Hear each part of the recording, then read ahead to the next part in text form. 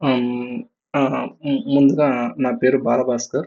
నేను senior develops and cloud engineer మీద 8-10 10 years of experience ఉంది నాకు.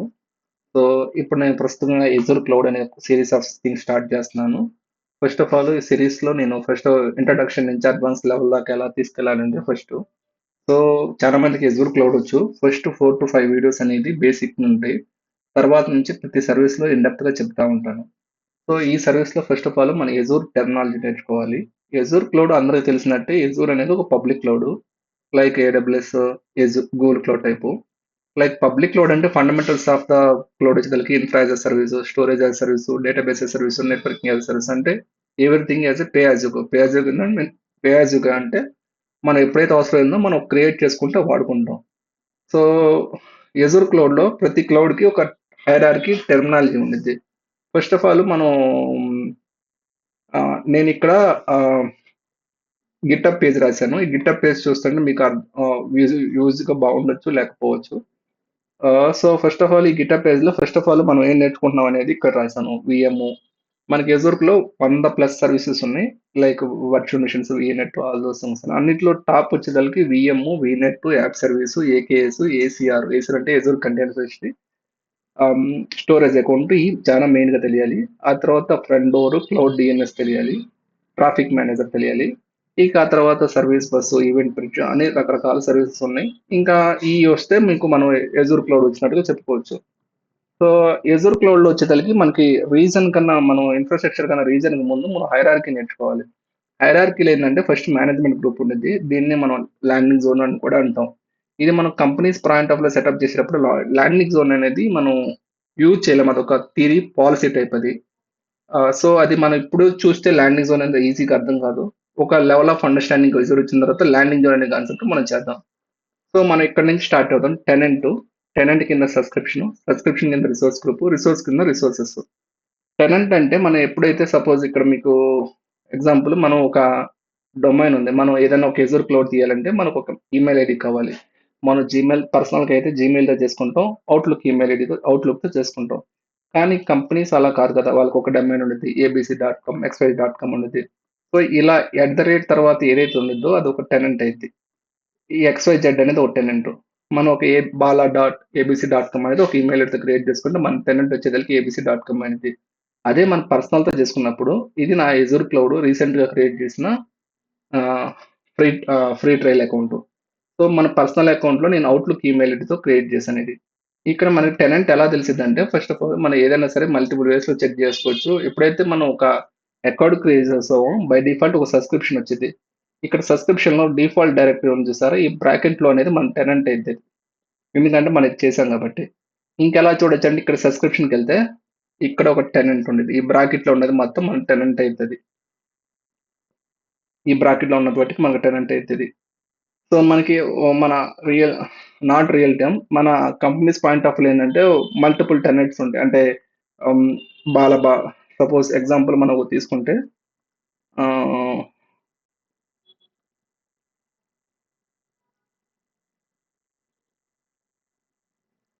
ఇప్పుడు ఏబీసీ డాట్ కామ్ తీసుకున్నాం గదా! వీళ్ళు ఏబీసీ డాట్ కామ్‌తో కాకుండా ఏబీసీ పీఎల్‌సీ డాట్ కామ్ అని ఒక యాక్టివ్ డైరెక్టరీలో ఇంకో డొమైన్ తీసుకొని దాంతో కూడా మనం యాక్టివ్ డైరెక్టరీతో కూడా చూసుకోవచ్చు. సో, అయన్నీ ఎళ్ళే కొద్దీ ఏందంటే కాంప్లికేటెడ్ అవుతాయి. ఏదన్నా ఒక లెవెల్ ఆఫ్ అండర్‌స్టాండింగ్ వచ్చినప్పుడు మనం చూసుకోవచ్చు.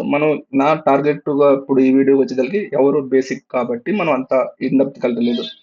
ఫస్ట్ ఆఫ్ ఆల్ ఒక కంపెనీ, ఆ కంపెనీ వాళ్ళ యొక్క ఈ కంపెనీ నేమ్‌తో ఒక ఈమెయిల్ ఐడీ క్రియేట్ చేసుకునేది. ఆటోమేటిక్‌గా ఏదైతే వచ్చిందో ఆటోమేటిక్‌గా ఆ డొమైన్‌తో మనకు ఒక టెనెంట్ క్రియేట్ అయిద్ది. టెనెంట్ కింద సబ్స్క్రిప్షన్స్ ఉంటాయి. మనం ఇక్కడ చూపించినట్టుగా సబ్స్క్రిప్షన్స్ ఉంటాయి. ఇదేంటంటే లాజికల్‌గా ఒక దాని కింద ఒక స్టెప్ క్రియేట్ చేస్తా ఉంటాం. ఈ సబ్స్క్రిప్షన్‌లో సో, మనకి ఇక్కడ కాదు. ఈ సబ్స్క్రిప్షన్ కింద రిసోర్స్ కింద రిసోర్సెస్ ఉంటాయి. ఎగ్జాంపుల్ ఎలా చెప్పాలంటే, ఇప్పుడు మనం ఒక ఫ్రీ ట్రయల్ అకౌంట్ క్రియేట్ చేసుకున్నాం గదా! మనం ఒక రిసోర్స్ గ్రూప్ క్రియేట్ చేయాలి. రిసోర్స్ గ్రూప్ అంటే, ఈ రిసోర్సెస్ అన్నిటిని ఏదైతే సపోజ్ ఇప్పుడు మనం ఒక వర్చువల్ మిషన్స్ క్రియేట్ చేస్తున్నాం. సపోజ్ ఈ రిసోర్సెస్ అంటే మనం యజూర్‌లో ఏది క్రియేట్ చేసినా సరే అదొక రిసోర్స్ అయితది మనకి. సో, ఈ రిసోర్సెస్‌ని అన్నిటిని లాజికల్‌గా ఒక గ్రూప్ చేయడానికి వాడేదాన్నే రిసోర్స్ గ్రూప్ అంటాం.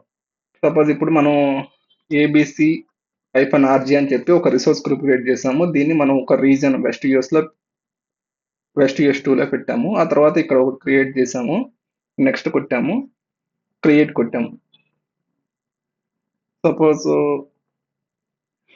మనం ఇక్కడ రిసోర్స్ గ్రూప్ క్రియేట్ అయిన తర్వాత స్టోరేజ్ అకౌంట్ అని ఒక సర్వీస్ ఉంది. అంటే మనకి బ్లాబ్స్ ఇవన్నీ క్రియేట్ చేయడానికి వాడతాము. లేదంటే ఒక వర్చువల్ మిషన్స్ క్రియేట్ చేద్దాం. ఒక శాంపుల్ వర్చువల్ మిషన్ ఎందుకు అనేది మనం తర్వాత చూద్దాము. జస్ట్ ఒక క్రియేట్ చేద్దాం. ఇలా దీన్ని ప్రాక్టీస్ చేయాల్సిన పని లేదు. ఇక్కడ వర్చువల్ మిషన్ ఉంది. హ్మ్. సో, ఇక్కడ మీరు చూస్తే ఈ సబ్స్క్రిప్షన్ ముందు ఏదైతే ఉందో ముందు టాప్ లెవెల్‌లో టెనెంట్ కింద మనం ఏ సబ్స్క్రిప్షన్‌లో భాగమని సబ్స్క్రిప్షన్ సెలెక్ట్ చేయాలి. నాకున్న సబ్స్క్రిప్షన్ ఉండేది. నా సబ్స్క్రిప్షన్ నేము. ఇక్కడ రిసోర్స్ గ్రూప్ వచ్చేసరికి ఏదో ఒకటి క్రియేట్ చేసాం. అలా క్రియేట్ చేయాలి. ఇలా ఒక వీఎం డీటెయిల్స్, ప్రాపర్టీస్, ఇక్కడ అవైలబిలిటీ జోన్స్ ఇయన్నీ ఇచ్చుకుంటా పోతా ఉంటుంటే మనకి ఒక వీఎం క్రియేట్ అయిద్ది. సో, మనకి మీరు గుర్తుంచుకోవాల్సిందంటే ఒక టెనెంట్ కింద సబ్స్క్రిప్షన్ కింద రిసోర్స్ గ్రూప్, రిసోర్సెస్ అంటే మనం ఏది క్రియేట్ చేసాం అది రిసోర్సెస్. రిసోర్స్ గ్రూప్ అంటే ఈ రిసోర్సెస్ కలిపి ఒక లాజికల్‌గా ఒక గ్రూప్ చేయడం resource group. Multiple resources group కలిపి ఒక మల్టిపుల్ రిసోర్సెస్‌ని లాజికల్‌గా ఇంకో గ్రూప్ చేయడానికి రిసోర్స్ గ్రూప్. దానిపైన టెనెంట్ ఇలా హైరార్కీ వచ్చింది. సో, మనం బేసిక్ హైరార్కీ నేర్చుకున్నాము. ఆ తర్వాత ఏందంటే యజూర్ రీజన్స్ గురించి నేర్చుకోవాలి. మనకి యజూర్ రీజన్స్‌లో మనకి రీజన్‌గా జనరల్‌గా మనకు అందరికి తెలిసిందే. రీజన్ అంటే ఆహ్, ఒక ఫిజికల్ లొకేషన్ లైక్ ఇండియా ఒక కంట్రీ, అమెరికా, యూరోప్‌లో కూడా ఇంగ్లాండ్, పారిస్ ఎన్నో కంట్రీస్ కదా! అట్టా ఒక కంట్రీలో ఒక ఫిజికల్ లొకేషన్ ఒక రీజన్ అంటారు. ఈ రీజన్స్‌లో కూడా మనకి అవైలబిలిటీ న్యూస్ ఉంటాయి. రీజన్ ఈస్ నథింగ్ బట్ ఏంటంటే lot of combination of the data centres. కొన్ని గ్రూప్ ఆఫ్ డేటా సెంటర్స్‌ని కలిపి ఒక అవైలబిలిటీ జోన్ అంటారు. ఒక్కొక్క అవైలబిలిటీ జోన్‌కి ఇంకొకటి మధ్య అట్‌లీస్ట్ 30 కిలోమీటర్స్ డిస్టెన్స్‌తో fault fault fault disaster recovery అంటే మన ఇన్‌ఫ్రా చేంజెస్ వల్ల రీజన్ డౌన్ అవ్వకుండా అలా చేస్తారు. సో, అంటే మీకు అర్థమైంది కదా! రీజన్ అంటే ఒక లొకేషన్. ఆ లొకేషన్‌లో మల్టిపుల్ డేటా సెంటర్స్ కొన్ని డేటా సెంటర్స్ కలిపి సిమిలర్‌గా ఉండేవి కలిపి ఒక అవైలబిలిటీ జోన్ కింద పెడతారు. పెయిడ్ రీజన్స్ అంటే సపోజ్ మన ఇండియాలో 3 రీజన్స్ ఉన్నాయి. సెంట్రల్ ఇండియా, సౌత్ ఇండియా, ఆహ్, అదర్ రీజన్ ఉంది. సో, 2 రీజియన్స్‌ని కలిపి ఒక పెయిడ్ రీజన్ పెడితే ఏందంటే ఫాల్ టోర్నమెంట్స్ బ్యాకప్ రికవరీ కోసం ఏందంటే ఏదైతే నియరెస్ట్ 2 రీజియన్స్ ఉన్నాయో దాన్ని పెయిడ్ రీజన్స్ అంటారు. మనం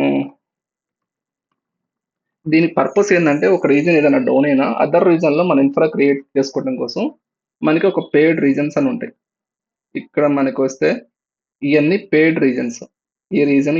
సపోజ్ ఇండియాకొస్తే central India, south India failed region. మనం సౌత్ ఇండియాలో మెయిన్ రీజన్‌గా రన్ చేస్తాము. ఏదైనా సౌత్ ఇండియా డౌన్ అయితే సెంట్రల్ ఇండియాల విధంగా మనం ఆర్కిటెక్చర్ డిజైన్ చేస్తాం. అంటే నియరెస్ట్ 2 రీజియన్స్ దగ్గర ఉన్న దాన్ని ఒక పెయిడ్ రీజన్‌గా చేస్తారు. ఇలా పెయిడ్ రీజన్స్ ఉంటాయి. ఇంకో కాన్సెప్ట్ వచ్చేదలికేంటంటే నాన్ పెయిడ్ రీజన్స్ అని ఉంది. నాన్ పెయిడ్ రీజన్స్ అంటే ఎగ్జాంపుల్ ఒక కంట్రీ అమెరికాలో ఉంది. ఆ కంట్రీలో లెస్ బిజినెస్ ఉంది. సో, ఆ సేమ్ జియోగ్రఫికల్ రిలేషన్‌లో మల్టిపుల్ రీజన్స్ పెట్టరు అట్‌లీస్ట్. అందువల్ల ఏందంటే దాన్ని నాన్ పెయిడ్ రీజన్ అంటారు. దానికి ఫాల్ డౌన్‌లోడ్ చేయలేము. ఇయన్నీ ఉన్నాయి కదా! యూరోప్‌లో. ఇండోనేషియా సెంటర్‌లో ఒకే ఒక్క రీజన్ ఉంది. కానీ దానికి దగ్గరలో ఇంకో రీజన్ లేదు. సేమ్ జియోగ్రఫికల్ రిలేషన్‌లో ఇంకో రీజన్ లేదు. దానివల్ల నాన్ పెయిడ్ రీజన్ అంటారు. ఇంకోటేంటంటే ఎడ్యులొకేషన్ అంటే content delivery network. Content delivery something అంటే మనకిప్పుడు నెట్‌ఫ్లిక్స్ వీడియోస్ ఉన్నాయి. స్ట్రీమింగ్ డేటా ఉంది. సో, అది లేటెన్సీ లేకుండా ఉండాలి. అందువల్ల ఏందంటే మనం ఏదైతే రీజియన్‌లో ఇన్ఫ్రా ఉందో ఆ రీజియన్‌లో వీడియోస్ పెట్టకుండా కస్టమర్ దగ్గరగా ఉండే రీజియన్‌లో మనం ఆ కంటెంట్ అప్‌లోడ్ చేస్తాం. దాన్ని ఎడ్జ్ లొకేషన్ అంటారు. దానికి ఎగ్జాంపుల్‌గా ఆహ్, అక్కామాయి ఉంది. అక్కామాయి సీరియల్ అంటారు కదా! అది వాడుతా ఉంటారు. ఈ ఎడ్జ్ లొకేషన్స్ వచ్చేదలికి streaming of the fast data. For example మన బిజినెస్ ఒక ఇది ఇండియాలో ఉంది వీడియో. కానీ ఆ వీడియో వచ్చే యూజర్స్ వచ్చేదలికి అమెరికాలో వ్యూ చేస్తారు. సో, ఇక్కడి నుంచి ఇండియా నుంచి సర్వర్‌లో నుంచి యూఎస్ సర్వర్‌కెళ్ళడానికి డిలే పట్టిద్ది. సో, దాన్ని ఓవర్‌కమ్ చేస్తా మనం ఏం చేస్తామంటే ఒక అమెరికాలో ఉన్న ఒక రి రి డేటా సెంటర్‌లో మనం ఎడ్జ్ లొకేషన్‌లో మన వీడియోని అప్‌లోడ్ చేస్తే so, American users India request చేసే బదులు ఆ దగ్గరలో ఉన్న అమెరికన్ రీజియన్‌లో ఉన్న రీజియన్ నుంచి సర్వర్ రెస్పాన్స్ అనేది దానివల్ల ఏమైద్దంటే లేటెన్సీ తగ్గిద్ది. Latency nothing but fast response to the client. ఇది మనం basic infrastructure, resource, availability zones, non patents, subscription నేర్చుకున్నాము. ఆ తర్వాత ఏందంటే మనం టెనెంట్స్ అనేది చాలా తక్కువ వాడతారు. కానీ నేర్చుకున్నాము. ఇది ఎజూర్ ఇన్ఫ్రాస్ట్రక్చర్ అర్థమైన తర్వాత నెక్స్ట్‌కి వచ్చేసరికి ఏంటంటే కొన్ని కొన్ని మనం జస్ట్ మనం వీఎం సర్వీసెస్ మనకి ఎజూర్‌లో యాప్ సర్వీసెస్ స్టార్ట్ చేస్తాము. యాప్ సర్వీస్ కన్నా ముందేంటంటే మనం basics of the virtual machines, VNets నేర్చుకోవాలి. అంటే మనం వర్చువల్ మిషన్ క్రియేట్ చేసేటప్పుడు ఎలా యూఐ వచ్చింది, వీనెట్ క్రియేట్ చేసేటప్పుడు ఎలా వచ్చింది, some fundamentals of the vignette మనం నేర్చుకుంటాం. సో అది మనం నెక్స్ట్ వీడియోలో చూద్దాం.